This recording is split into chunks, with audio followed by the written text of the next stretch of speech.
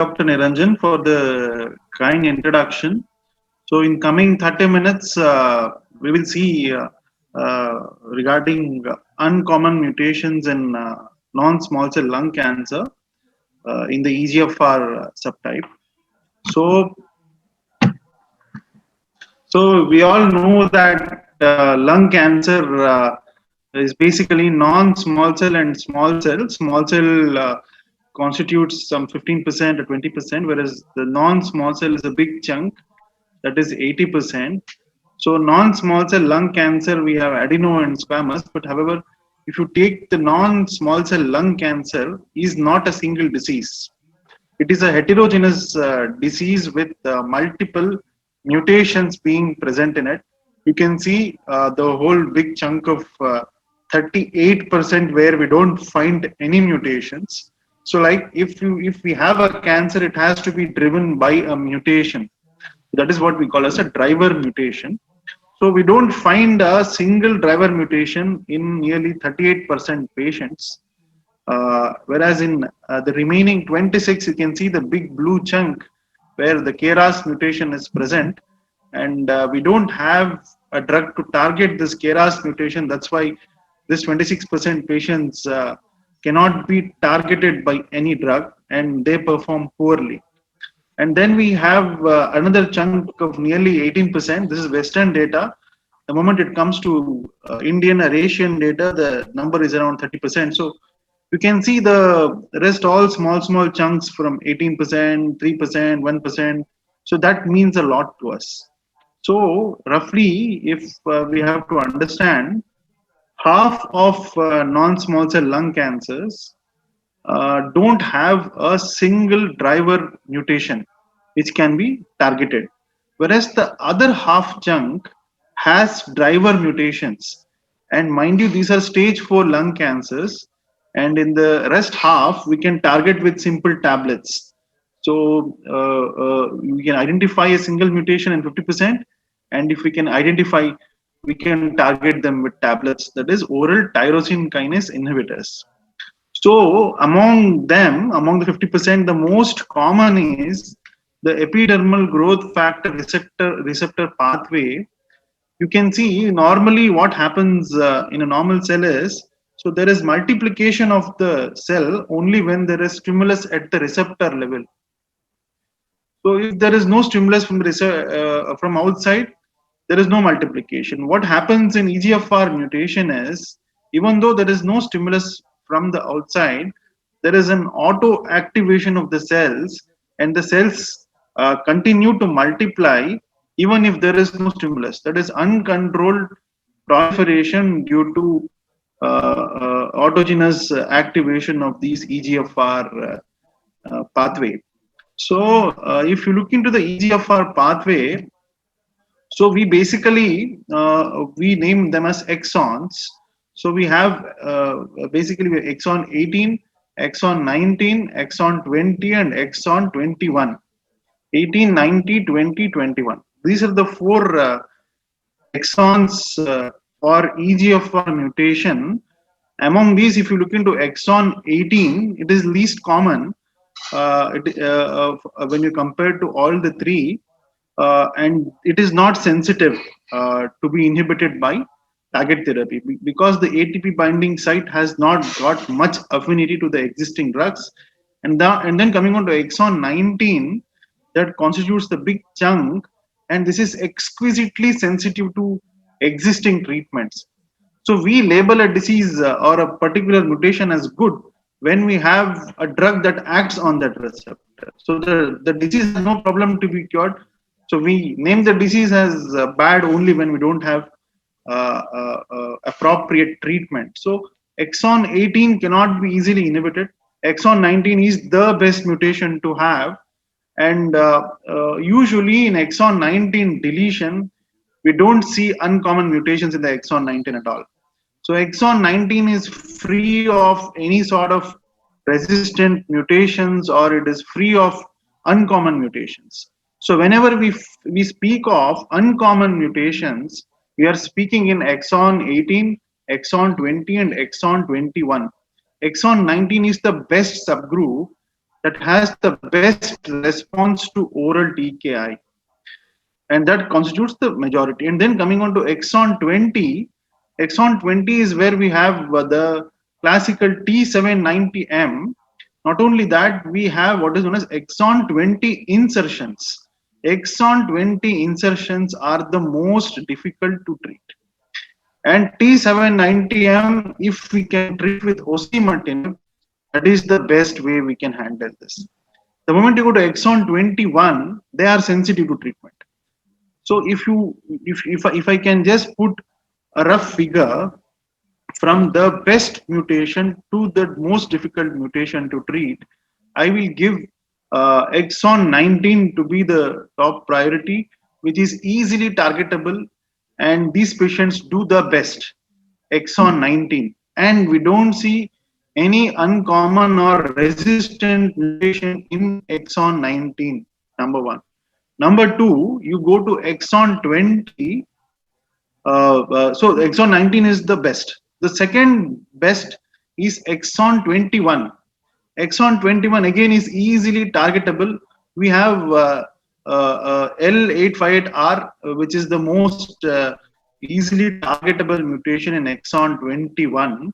And we have non-L858R, they are also sensitive. So I will give best for exon 19 and then exon 21. And then the third comes the exon 20, which is T790M, because we have a drug osimertinib that has the highest affinity for T790M in exon 20. And then comes exon 18, and then comes the exon 20 insertions. So the best is exon 19, then comes exon 21, then comes exon 20 T790M, then comes exon 18, and then comes exon 20 insertions.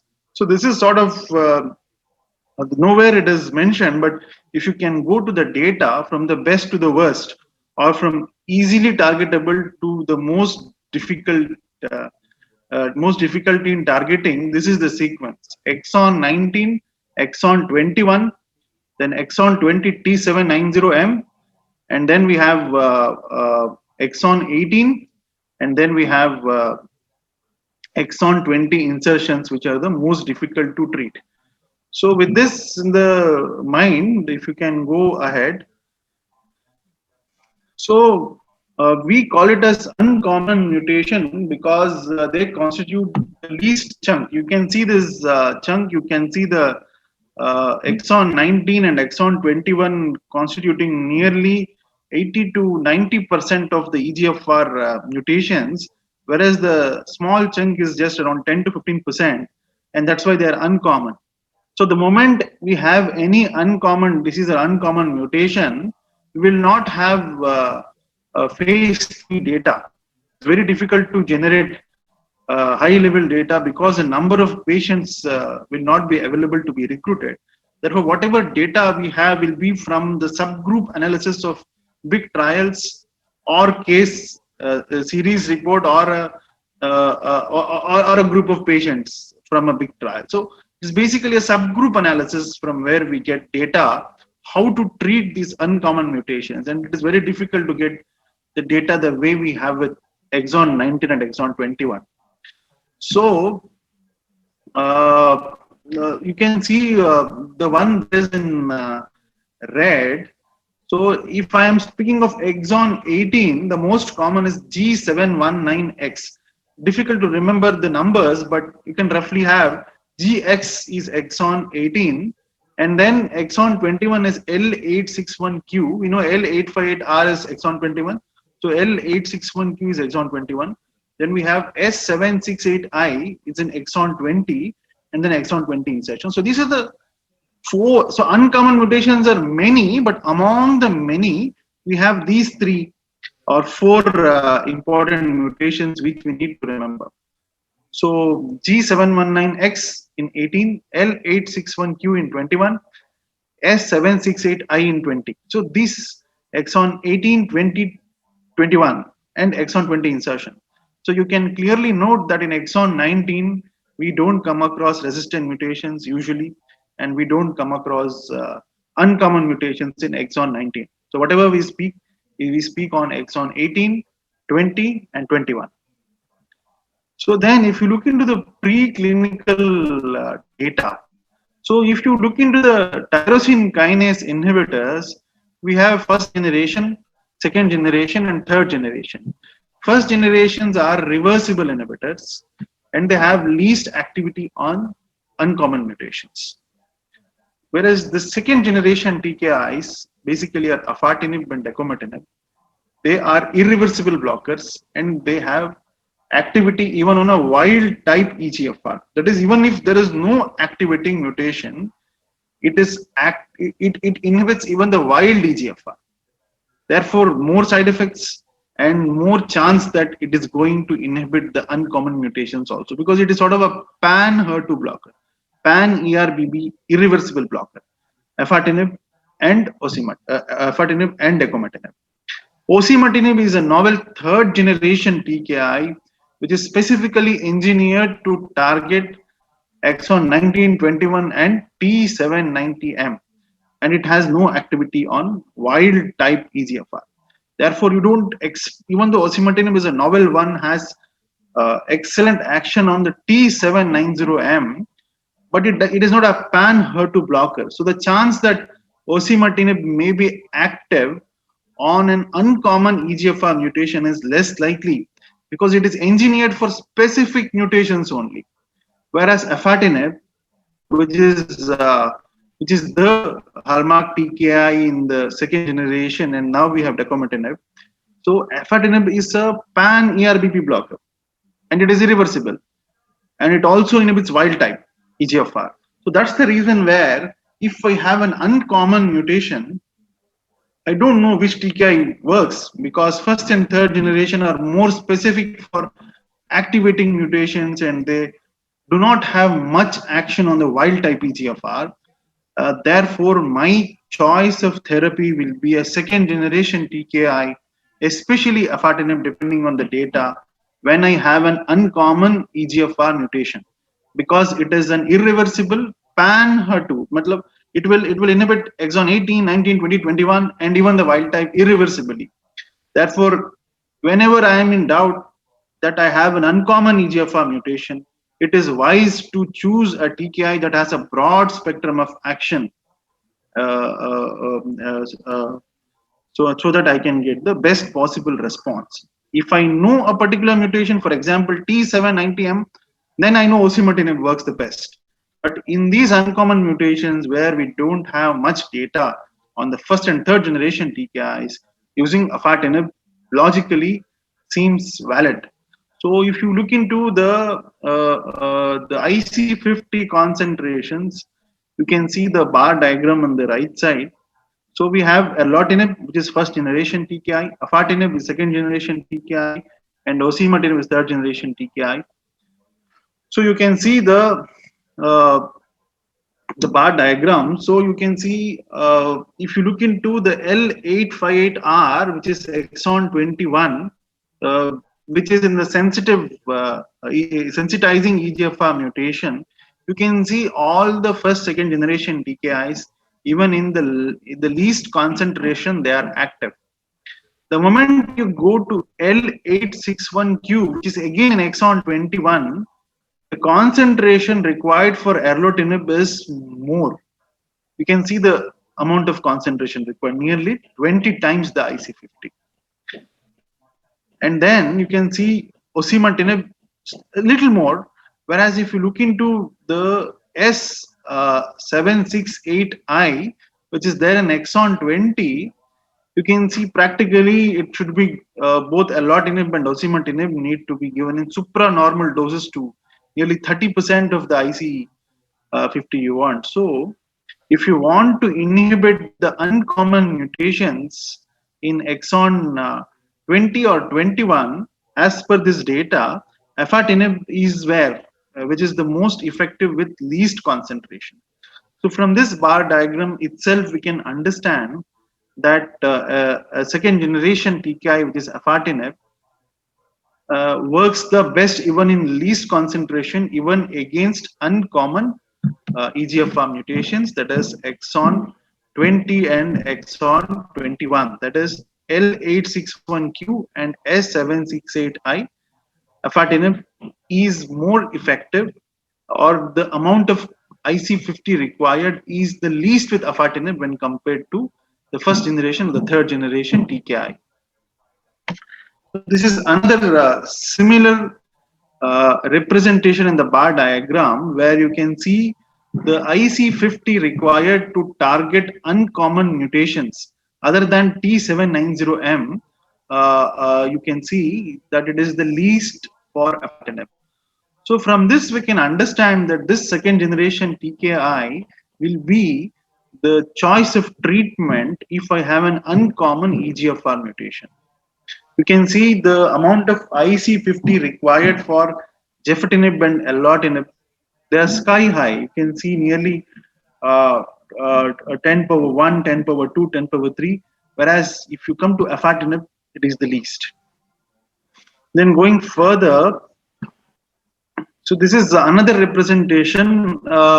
Looks a complex diagram, but if we can look into, so the blue box represents the sensitivity. So you can see the afatinib, which is in the third row. Majority of the boxes are blue. That means with the least IC50, afatinib is sensitive. It's a broad spectrum pan ERBB inhibitor. That's why even in uncommon mutation, afatinib is active with the least IC50 when compared to the other first or third generation TKIs. So this is about preclinical data. So from the preclinical data, we could understand that the least IC50 required is for afatinib when compared to first or third generation TKIs as far as inhibition of rare EGFR mutations are concerned. So then these are the Lux lung trials, and you can see the number of uncommon mutations in these particular studies. So Lux lung is basically a afatinib group of trials which we have. You can see Lux lung 2, Lux lung 3 and Lux lung 6. In all these three trials, there were reasonable number of patients with uncommon mutations, nearly 23, 37 and 40. So these were the numbers we had in Lux lung trials.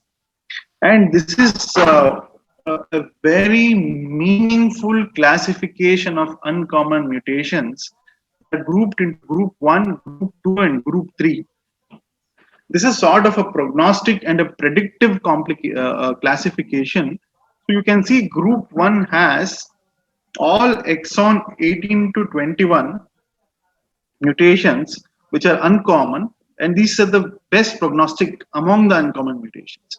So if you have an uncommon EGFR mutation in practice, we have to actually think whether it falls into group 1, group 2 or group 3. Group 1 is all uncommon mutations other than T790M and exon 20 insertions. So the moment it is T790M, it falls into group 2, and the moment it is group 3, it is exon 20 insertion, which is the most difficult to treat. So this is sort of a prognostic and predictive way of classifying uncommon EGFR mutations.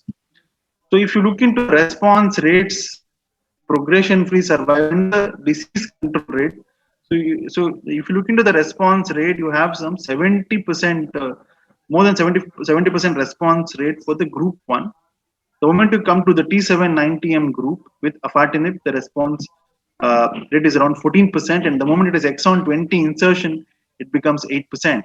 So from this we can understand that uncommon mutations which do not have T790M or which do not have exon 20 insertions are best treated with afatinib with a 70% response rate. And you can see the disease control rate is above 80%, nearly 85% with afatinib compared to the group 2 and the group 3. So again, if you look into the response rate, the blue ones all are going down, means there is shrinkage of tumor with afatinib treatment. So group 1 does the best, group 2 does moderate with afatinib, and group 3 does the worst. So treating exon 20 insertions is the most difficult. going further, so if you look into the most common uncommon mutations, so among the uncommon mutations, if you look into the commoner ones, again you can see the response rate with G719X, which is in exon 18. The response rate is 78%. And if you come to S768I, which is in exon 20, you can see some 100% response. So among the uncommon mutations, these three have the best prognostic and response rates with afatinib when compared to T790M and exon 20 insertions. So at this point of time, so I would like to reiterate that if you have any uncommon mutation, you need to think, is this T790M? Is this an exon 20 insertion? If no, for both of them, afatinib would be my treatment of choice. If it is T790M, I would choose osimertinib over afatinib. If it is exon 20 insertion, there is no definite data. Even with afatinib, it does the worst. So we have drugs like poziotinib, with which we can explore and expose them to TKIs. So if you have uncommon mutation, first ask the question, is this T790M? If T790M, give osimertinib. And second question, is it exon 20 insertion? If it is present, explore for poziotinib. Otherwise, majority of uncommon mutations can be best handled by afatinib. So again, you can see this is a phase 2 study. You can see the response rates with S768I, G719X, and L861Q all are in the range of 37%, 50, and 77%. So just to say that afatinib works in uncommon mutations. So we have real world evidence. You can see in those the progression free survival, there is comparison of afatinib versus first generation TKI. Definitely afatinib does better than a first generation TKI in case of uncommon mutations, except exon 20 insertions. You can see the exon 20 insertion, which is sort of a difficult to treat population, and there is statistical significant difference in the PFS if you take. So again, this is a larger data which had both TKI pre-treated and TKI untreated, and you can see the mutation frequency, and you can see the time to treatment failure. Again, exon 20 insertion has a time to treatment failure of around 4 months, which does the worst. And you can see the major uncommon mutation and compound mutation. So one more point to notice: whenever you have single uncommon mutation versus combination of uncommon mutations, compound mutations which have two mutations do better than the a single uncommon mutation. So compound mutations have a better response rate, survive longer than a single uncommon mutation as per this data. So this is another one where you can see the uncommon mutations where afatinib works most in the S768I, and then the G719X, and then the L861Q. So S768I is in exon 20, G719X is in exon 18, and L861Q is in exon 21, and then the compound mutation. So you can again note here that compound mutations where there is a combination of mutations, the progression free survival is the best, and the overall survival is the best. So this is another one. Again, I would like to make you see this compound mutations one part. So so you can just note on this exon 20 insertions. So you can see majority of them are stable diseases with these blue marking. There is not much shrinkage in exon 20 insertion. Again, from this particular bar diagram, we can understand the most difficult to treat is the exon 20 insertion. And if you have a compound mutation, they do better. So again, the same data. So with this, so we can have some final concluding remarks that yes, the most common mutations in EGFR sensitizing mutations are exon 19 and exon 21. So in nearly 80 to 85% of EGFR mutations, we find exon 19 and exon 21. All the clinical trials are there to address these subgroup only. Whereas the moment you come to uncommon mutations, which we have in exon 18, 20, and 21, uncommon mutations are not usually found in exon 19. Exon 19 is the best subgroup. So the moment you have any uncommon mutation, you need to first ask the question, is this T790M? If yes, there is no doubt we have to give osimertinib. And then we need to ask, is it exon 20 insertion, which is the most difficult subgroup? Uh, we should explore options of osimertinib. So other than these two uncommon mutations, you have whatever uncommon mutation, whether it is an exon 18, exon 20, or exon 21, we must consider afatinib as the first option because of the least IC50 and the greatest clinical data on these uncommon mutations. So, and one more last thing to remember is if there is a combination of uncommon mutations, compound mutations do better than the subgroup which has individual mutations. So, with that, I would conclude, and I would thank Boringer for providing me this opportunity and platform to speak on this difficult to treat topic. And back to the organizers with this. Thank you.